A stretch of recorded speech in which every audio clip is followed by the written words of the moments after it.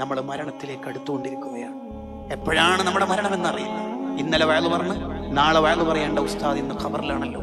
അള്ളാഹു അവിടുത്തെ ദർജ വർദ്ധിപ്പിക്കട്ടെ. എന്നാണ് നമ്മുടെ ലാസ്റ്റത്തെ ശ്വാസവും തീർന്ന് ഈ ഭൂമിയിൽ നിന്ന് പോകുന്നതെന്ന് നമുക്ക് ആർക്കും ഡേറ്റ് ഇല്ല, നിശ്ചയമില്ല. നമുക്ക് വേണ്ട കഫംപുട ഏതെങ്കിലും ഒരു ഷോപ്പിൽ ഉണ്ട്. നമ്മൾ ഏത് പള്ളിക്കാട്ടിലാണ് കിടക്കുന്നത് എന്നതുവരെ നമുക്കറിയില്ല. അതുകൊണ്ടല്ലേ പള്ളി മൈതാനിയുടെ പരിസരത്തൂടെ പോകുമ്പോൾ അസ്സലാമു അലൈക്കും ദാറ ഖൗമിയൽ മുഅ്മിനീൻ വ ഇന്നാ ഇൻഷാ അല്ലാഹ് ബിക്കും ലാഹിക്കൂൻ.